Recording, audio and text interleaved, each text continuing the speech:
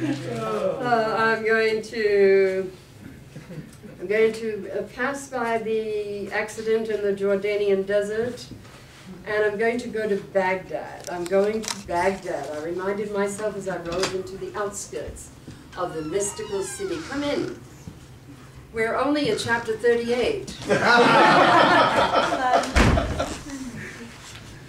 Come in, have a seat. Or take 2 seats. Or did you come in for some wine? I came for you. Just for you. Here, sit here. No, we're fine. Ruby and I can share. I'm going to see her. Thank you so much. I'm sorry. I interrupted you. I'm going to Baghdad. I reminded myself as I rode into the outskirts of the mystical city. I turned into Al-Rashid Street, the main thoroughfare, but it looked like a stage set. Times Square with high-rise buildings and a stream of Buicks, Pontiacs, and Fords, idling bumper to bumper. The Kurds had taken over some of the oil fields in the north. So the cost of petrol had gone up.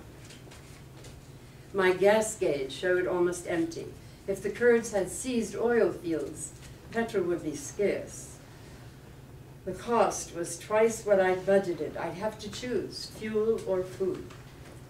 What would I do if I had Aladdin's lamp? I'd rub it for a filet mignon.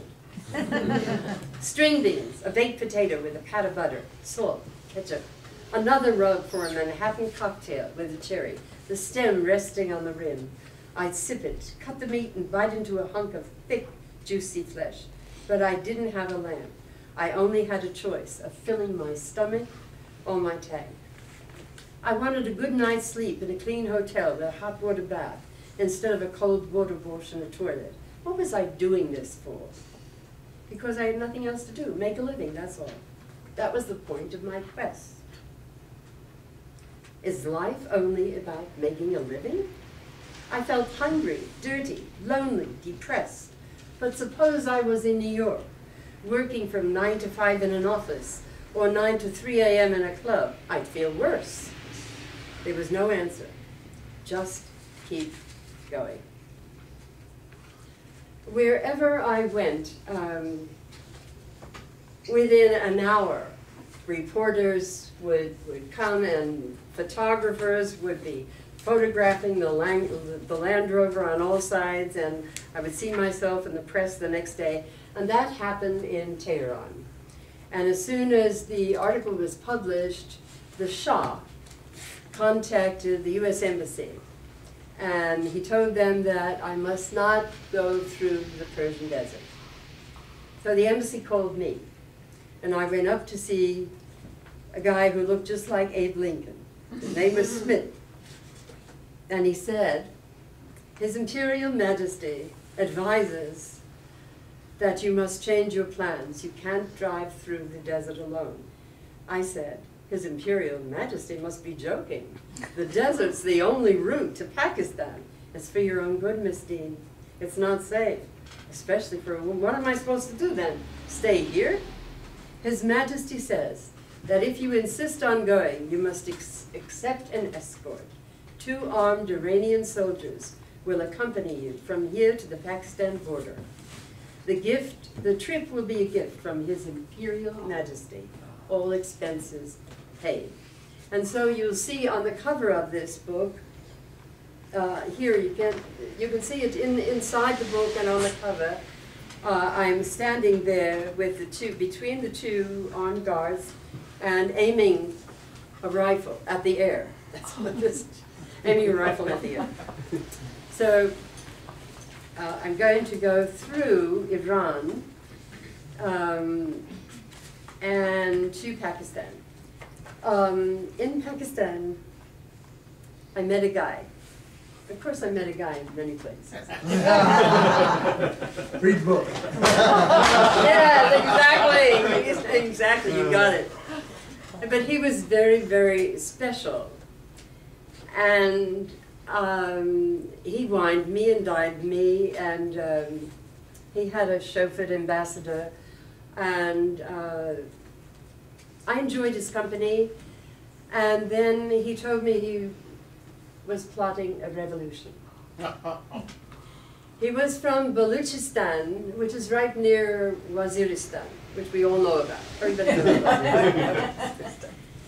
And things hotted up, and I had to get out of there very fast. And you know, those kind of areas, you can't simply say bye, and just turn that way. It just doesn't work. So I had to plot my escape, just like they plot revolutions. You'll have to read it.